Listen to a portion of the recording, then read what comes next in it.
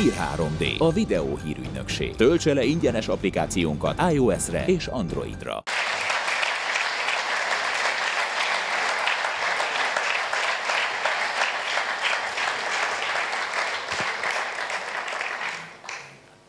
Thank you very much, my colleague, His Excellency, the Foreign Minister, Dr. Janusz Matoni, my Ambassador, distinguished Excellencies, ladies and gentlemen. After His Excellency, the Prime Minister's talk to you this morning, I just have a sense that what I can say to you would be inadequate in terms of the remarkable expanse of wisdom that we experienced this morning, the candor and the energy that comes through his speech and every word that he spoke, and then so brilliantly complimented by the Foreign Minister. It really puts me at a great disadvantage, but I will try and do my best. Since I arrived here 2 days ago, I have had a remarkable experience, and I described my experience in such a way that your Prime Minister said, well, we are real people. And I said, well, I know you are real people, but there is a magic of a special magic about you that's fascinating and enchanting. And indeed, if I hadn't discovered this, as I did over the last 24 hours, I would have been thoroughly inadequate in my experience of humanity, and indeed of the remarkable flavor of intellect, aesthetics, art, and wisdom that is pervasive in your society. Every step that I took was like a walk through history, and it was indeed a great honor that I was conducted to the very place where my grandfather in 1968 planted a tree that today it must have been relatively small. Today it's a huge grown tree. And that I have a much smaller plant next to it, but hopefully, while it represents the true caliber between the grandfather and the son today, I hope that the grandson's tree will also grow and become part of this remarkable story that you tell through the foliage of wonderful trees around the bust of none other than Rabindranath Tagore, who is truly, I believe, somebody who links us with the whole world, not simply because he came and enchanted people from different parts of the globe, but because he's left such a deep impression in a few days that he visited your country. He's left such a deep impression that I go back as someone who has rediscovered his own roots coming to your beautiful country. Thank you very much also, Excellency, for giving me this unique honor that I understand. First Foreign Minister from beyond Europe to be addressing you at this conference.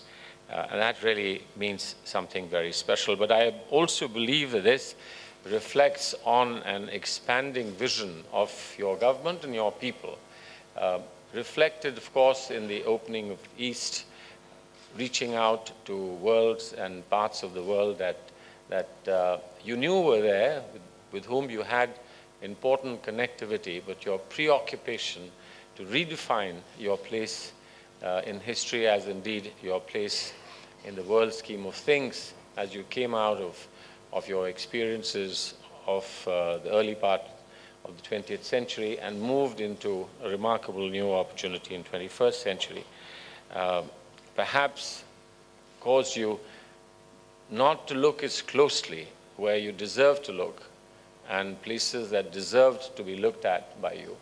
And now that sudden outreach I believe, is greatly reflected in my presence here this morning.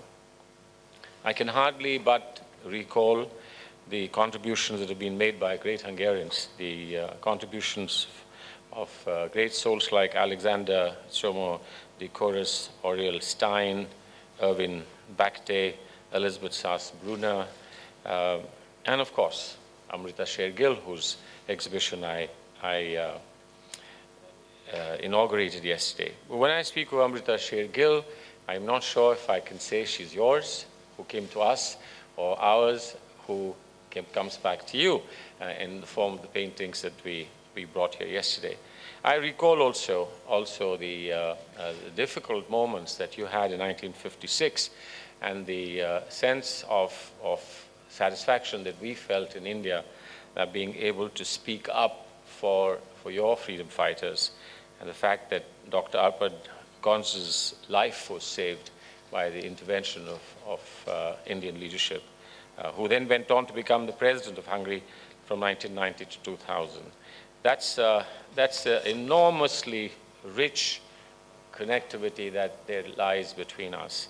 But I think that while in recent years and more recent times we have looked at how we could be a greater, we'll have a greater role in terms of economic partnerships and collaboration in the field of technology, of agriculture, in defense, and every field of bilateral ties, particularly as we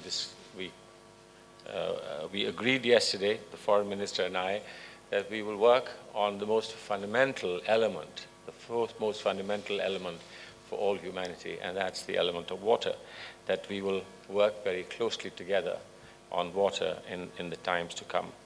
The number of visits that we have exchanged in recent times, parliamentarians and members of the executive, as indeed businessmen, the number of agreements that we have signed or will soon be signing with you, and of course the big moment will be the visit of the Honorable Prime Minister to our country, who will discover in India, I believe, a bit of himself, because I think that if you can describe parts of Europe as having an Oriental flavor and a natural empathy for the Oriental feel that we have in our parts of the world, I think it's here. It's a kind of empathy and a kind of connectivity that is difficult to describe in words, and you have to be a poet as great as Rabindranath Tagore to be able to express it, or to be a painter as great as Amrita Shergill to actually show it in terms of visual arts.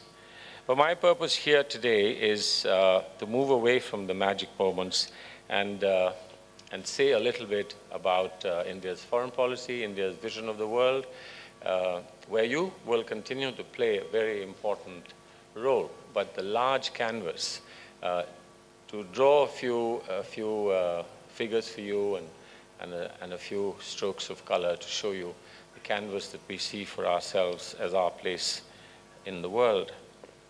I think it's very important when you look at the Indian landscape, and Indian foreign policy landscape, to recall that India's foreign policy is intrinsically rooted in the very thought of our freedom.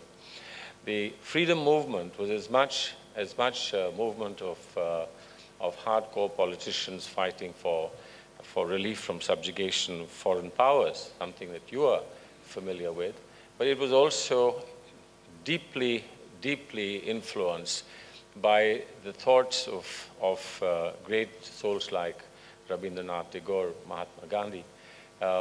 For us, it was not just a political combat.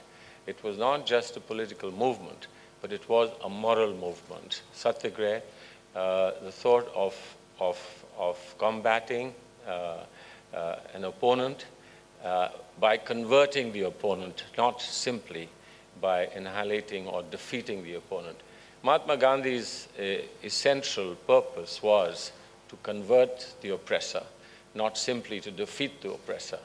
And that, of course, is not something that lesser souls like us can emulate as effectively, but he did.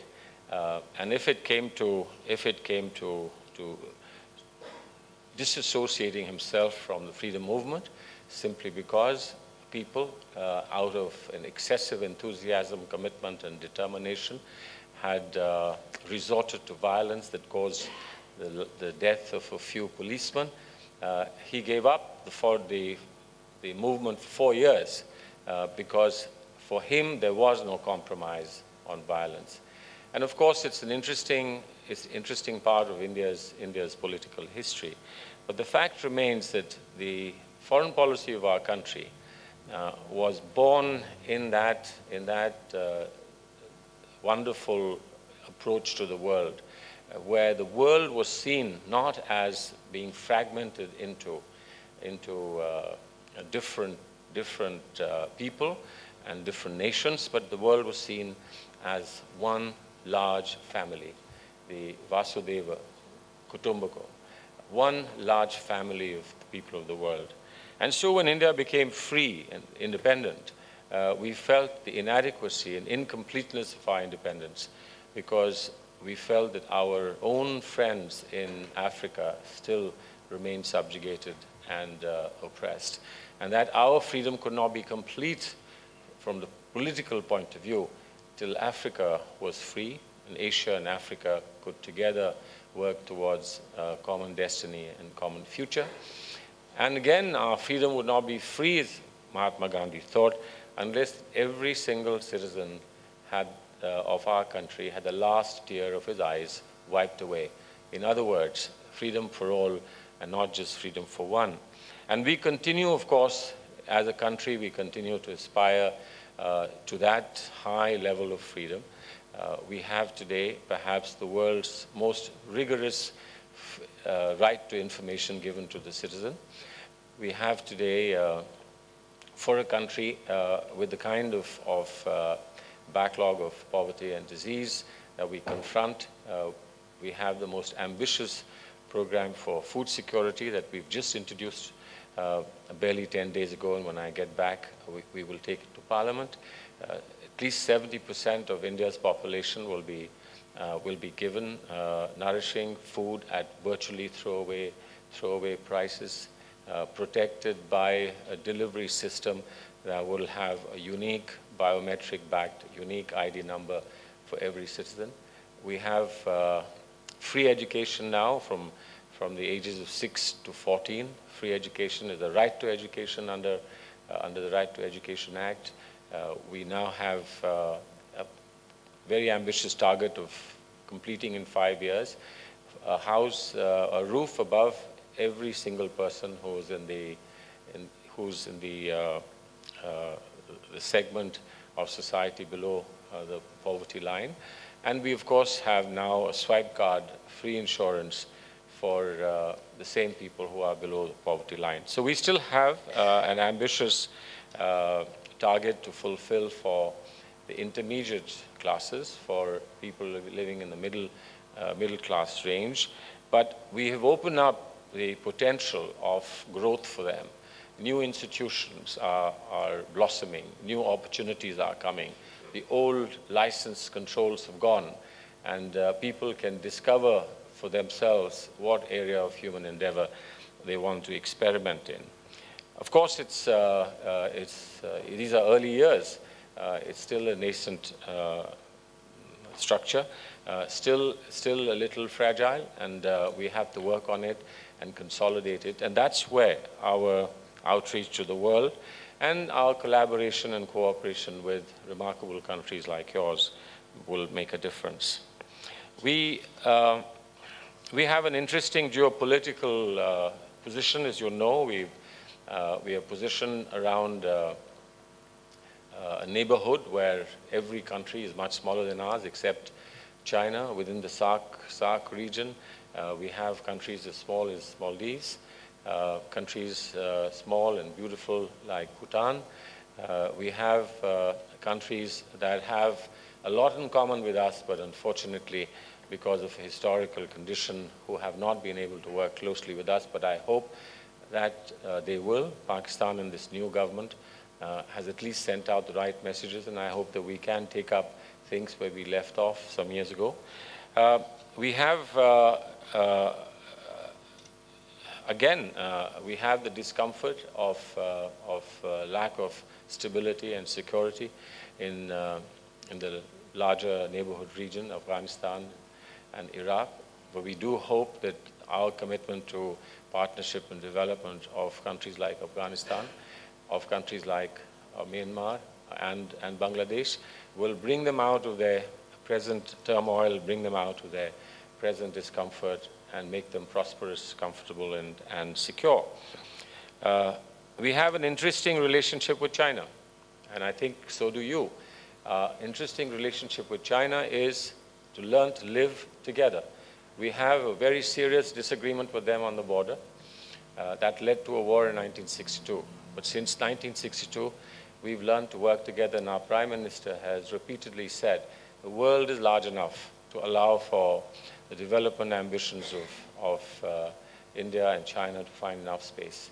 And that's how we work together. We work in Africa, we work in Asia, we work in Europe. Sometimes we compete, sometimes we collaborate, but we always know that we can talk to them. We have learned to talk, we have learned to not provoke, we have learned not to get provoked, and we have learned to have the patience to find solutions that have no quick solutions, that we will wait for them, but work inch by inch, step by step towards a resolution and a solution that must come. Because it's important that India and China remain friends and remain engaged together if the 21st century is to be truly the century for Asia, a century towards which you, and a space towards which you have in more recent times in your foreign policy tried to look at. We sit in a very interesting pivot position around the Indian Ocean.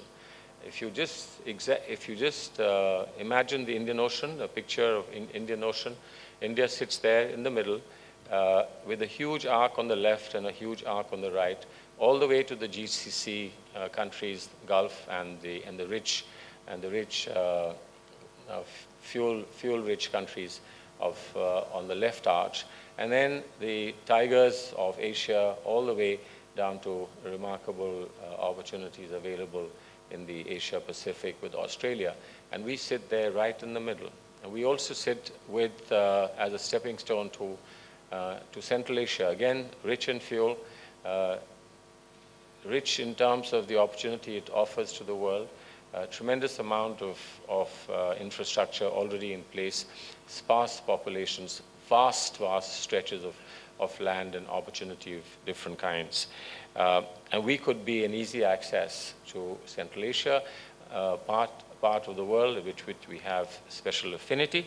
And if I'm not wrong, part of the world with which you have special historical links. And I think that if only we could work that link out, we would be reaching out to you in many different ways.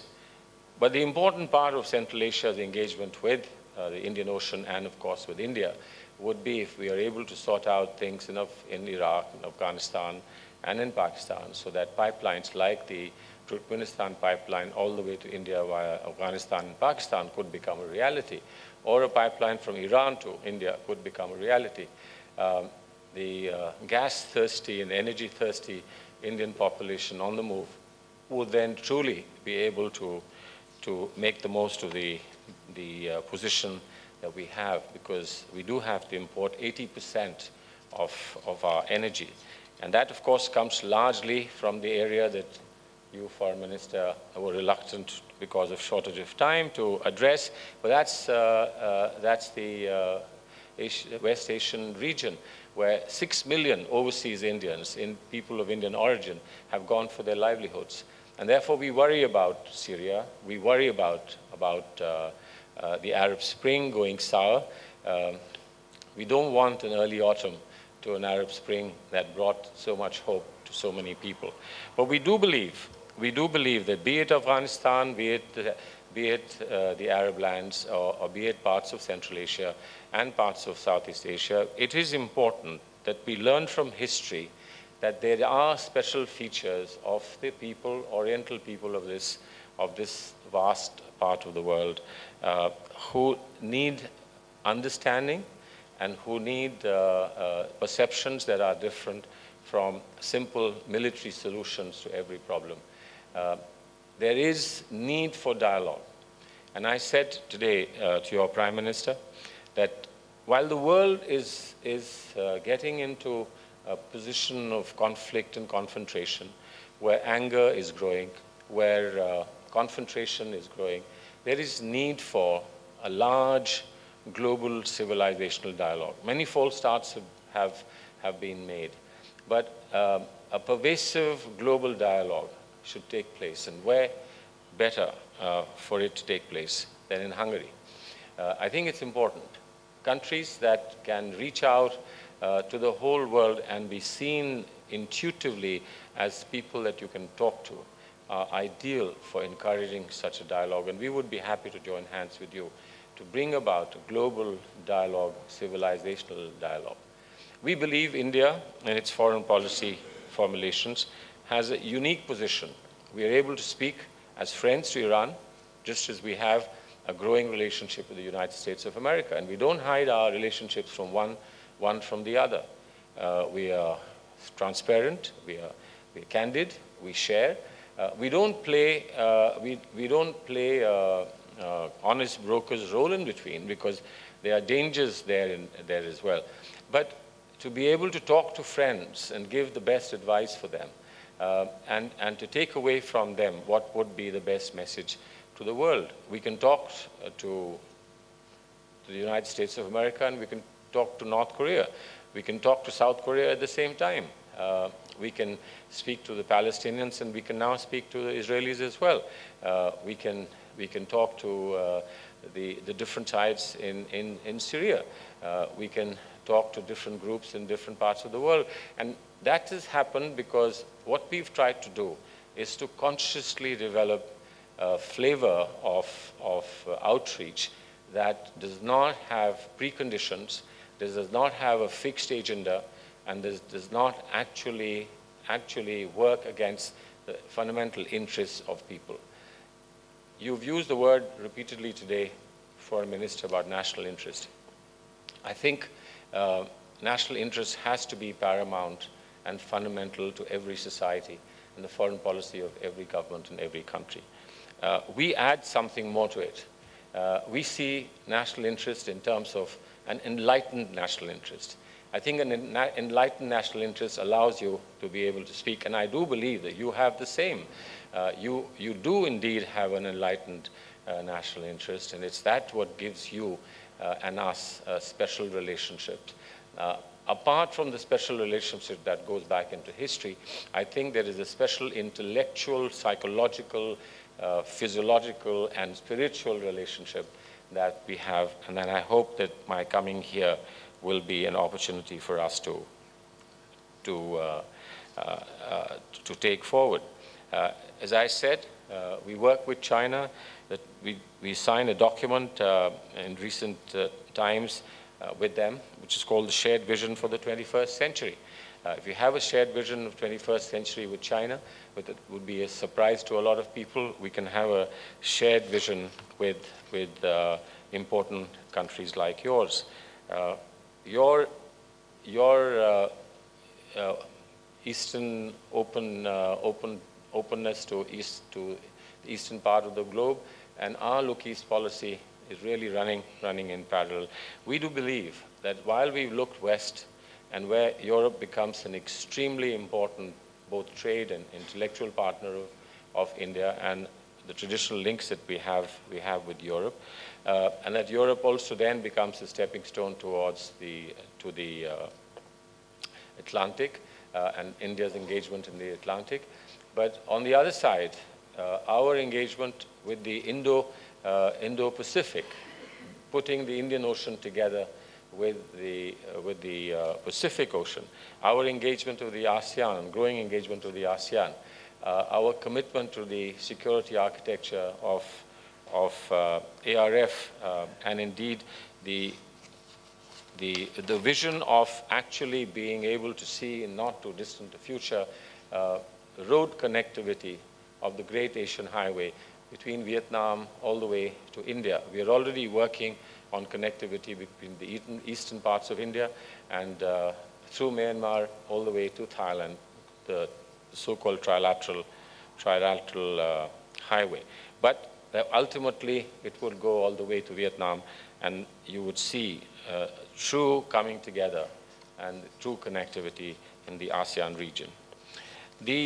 So if somebody was looking at a large picture, there would be the revival of the ancient Silk Route with one branch of that Silk Route coming down to India, and of course the Great Asian Highway, the eastern route as it were, linking up over the mainland of India, and that would be a major structure of arteries of growth and of connectivity. Somewhere there, of course, is also a very important dimension that we share with the ASEAN countries, and that's the dimension of Buddhism.